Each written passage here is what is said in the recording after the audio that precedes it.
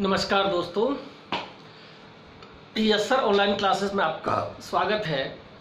दोस्तों, आज मैं आपको इलेक्ट्रोकेमिस्ट्री का वह टॉपिक, एकदम मस्त टॉपिक पढ़ाने जा रहा हूं जो गत 10 वर्षों से लगातार पूछा जाता रहा है। कॉल राउश का नियम। बोर्ड पर देखें आप, कॉल राउश का नियम। कॉल राउश ट्रिक समझें आप। कॉल राउश दो शब्दों से मिलकर बना है, दो याद रखेंगे। कॉल राउश दो शब्द हैं, ट्रिक समझे आप। कॉल राउश, यहां कॉल means C means cation, cation.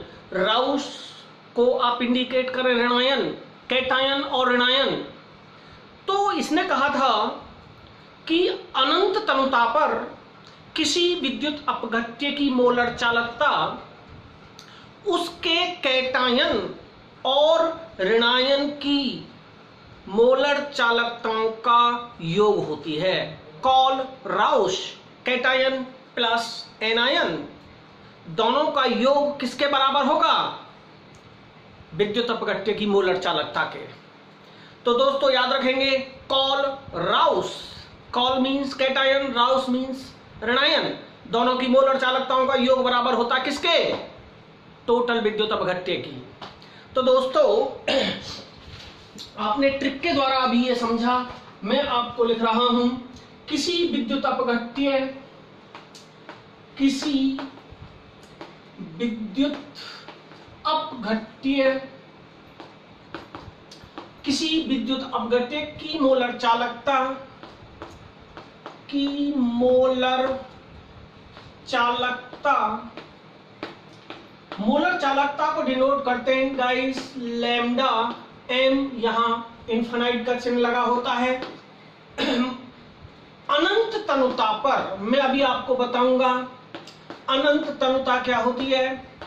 अनंत तनुता पर विद्युत अपघट्यों द्वारा, विद्युत अपघट्यों द्वारा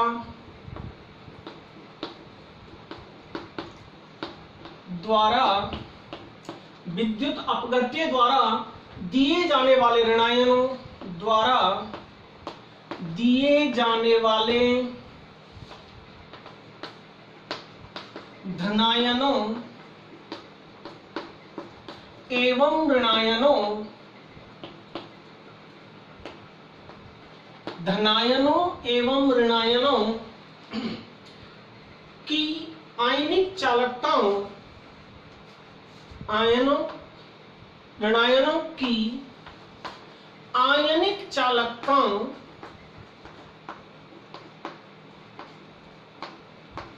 आयनिक चालकताओं के योग के बराबर होती है,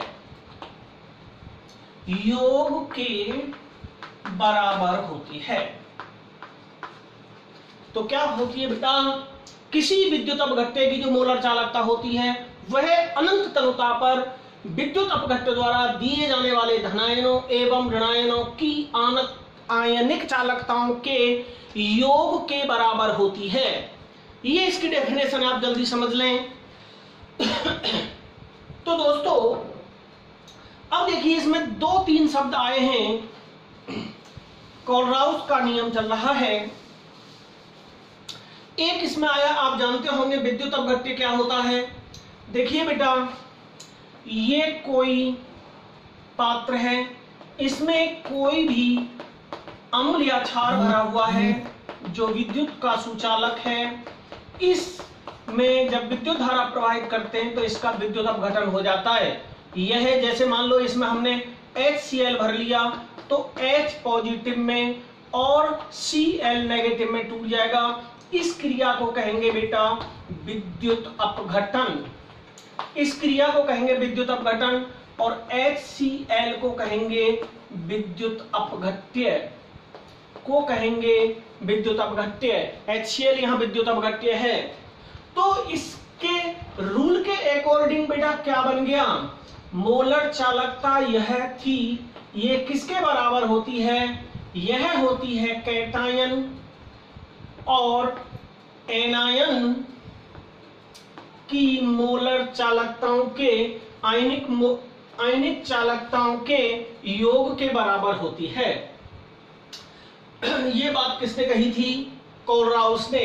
कोलराउस, दो शब्द याद रखना, this is indicate for call, this is indicate for Rouse. Call को याद रखेंगे प्लस, माइनस याद रखेंगे राउस को, कोलराउस। देखिए गाइस, इसका मैं एक एग्जांपल आपको बताता हूं। जैसे आपसे HCl की मोलर चालकता निकालनी है, HCl की मोलर चालकता निकालनी है, तो कैसे निकालेंगे? इस जगह पर M की जगह पर यहां लग जाएगा HCl, इसका पहले इस टाइप से आयनन हो जाएगा, H positive plus Cl negative हो जाएगा कि नहीं हो जाएगा? तो अब यहां हम जब ये हो जाएगा तो अब यहां क्या लिख सकते हैं? डायरेक्ट तो लिख सकते हैं बेटा बराबर लेमडा अनंत, इसकी जगह पर आ जाएगा H पॉजिटिव प्लस इसकी जगह पर आ जाएगा Cl नेगेटिव। तो यह कोलराउस के नियम से HCl की मोलर चालकता निकाल सकते हैं। ऐसे ही NaCl की निकाल सकते हैं, ऐसे ही उसकी निकाल सकते हैं। तो दोस्तों ये था कोलराउस का नियम। अब देखिए यहां एक शब्द और आया था, अनंत तनुता। तो देखिए दोस्तों, मैं चित्र के द्वारा फिर आपको अनंत तनुता बता रहा हूं। मान लीजिए ये हमारा कोई गिलास है, इसमें थोड़ी सी हमने यहां क्या मिला दिया बेटा? यहां हमने मिला दिया शुगर मिला दिया है, थोड़ा सा 4 दाने शुगर के मिला दिए हैं। अब इसको हमने H2O से फिल कर दिया, इसमें हमने बहुत सारा पानी डाल दिया, फुल भर दिया, जितना संभव हो सके फुल भर दिया। तो क्या था कि पहले थोड़ा सा था, चीनी तो वहीं घुल जाएगी। अब ये पूरा अगर वहां तक हमने घोल दिया तो ये मतलब जो विलयन है बहुत ही मतलब जितना संभव हो सके। तो दोस्तों याद रखनी है अनंत तनुता क्या होती है?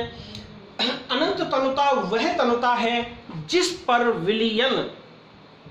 तनुता पर विलयन 100% वियोजित या आयनित हो जाता है, उसे कहते हैं अनंत तनुता। दोबारा याद करें, दोबारा सुन लें। जिस तनुता पर अनंत तनुता वह तनुता है जिस पर विलयन 100% धनायनों और ऋणायनों में टूट जाता है। तो ये बात केवल अनंत तनुता के लिए है। मैक्सिमम अनंत तनुता का मतलब मैक्सिमम अनलिमिटेड तनु हो जाए। तो दोस्तों ये था कोलराउस का नियम। अब दोस्तों कोलराउस का ये नियम है। कोलराउस का एक दूसरा भी नियम था जिसे जनरली नहीं पढ़ाते। कोलराउस का एक दूसरा भी नियम है दोस्तों, उसे कहते हैं कोलराउस का स्वतंत्र अभिगमन का नियम। कोलराउस का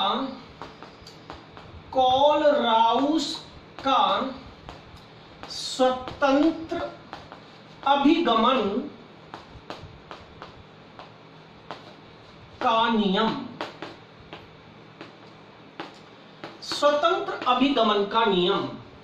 तो दोस्तों स्वतंत्र अभिगमन क्या होता है? उसने कहा था कि हर विलयन में जब उसका 100% जब आयनन हो जाता है तो धनायन और ऋणायन अलग अलग हो जाते हैं। तो धनायन का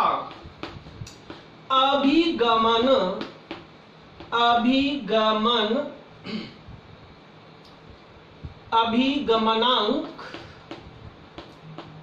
इसको इसने डिनोट किया था NC से, और ये बराबर होता है बेटा धनायन का, इसकी धनायन की मोलर चालकता बट्टे अनंत तनुता। ऐसे ही दोस्तों ऋणायन का अभिगमन अंक क्या हो जाएगा, Na, ये किसके बराबर होगा, C की जगह पर A लग जाएगा और अनंतता दोनों में रहेगी। तो अगर हम ये कर दें तो याद रखना आप, तो दोस्तों ये अभिगमनांक निकल आए, धनायन का अभिगमनांक और ऋणायन का अभिगमनांक। अब इससे आगे फिर मैं आगे आपको बताता हूं। अब उसने क्या कहा था, किसी आयन के, ये इस नियम की परिभाषा है, किसी आयन के अभिगमनांक को अभिगमनांक को उसके अपघट्यों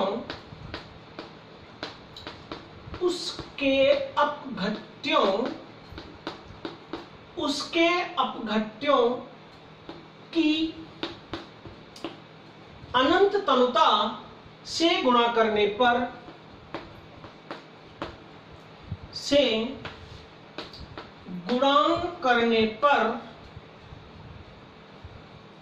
उस आयन की अनंत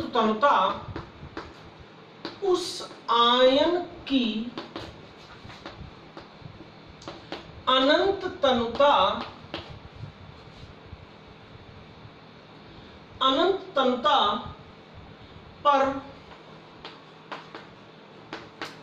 मोलर चालकता ज्ञात हो जाती है। कैसे हो जाती है, सूत्र को याद रखना बेटा। तो क्या हो जाएगा,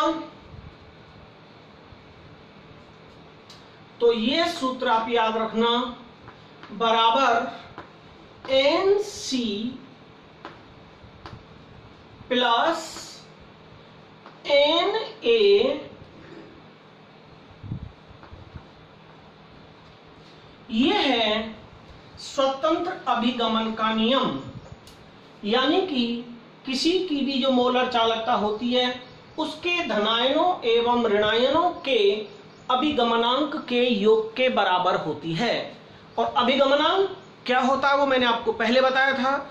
तो कोलराउस का नियम अगर 12th क्लास में यूं पूछने को आ जाए, स्वतंत्र अभिगमन का नियम बताओ, तो आपको स्वतंत्र अभिगमन का नियम ये लिख के आना है। और केवल यूं आ जाए कोलराउस का नियम लिखो तो केवल पहले वाला लिखना है। तो ये था दोस्तों स्वतंत्र अभिगमन का नियम और कोलराउस का नियम। तो दोस्तों चैनल को सब्सक्राइब करें और एकदम मस्त तरीके से इसे याद करें। दोस्तों बाय बाय, नेक्स्ट वीडियो के लिए।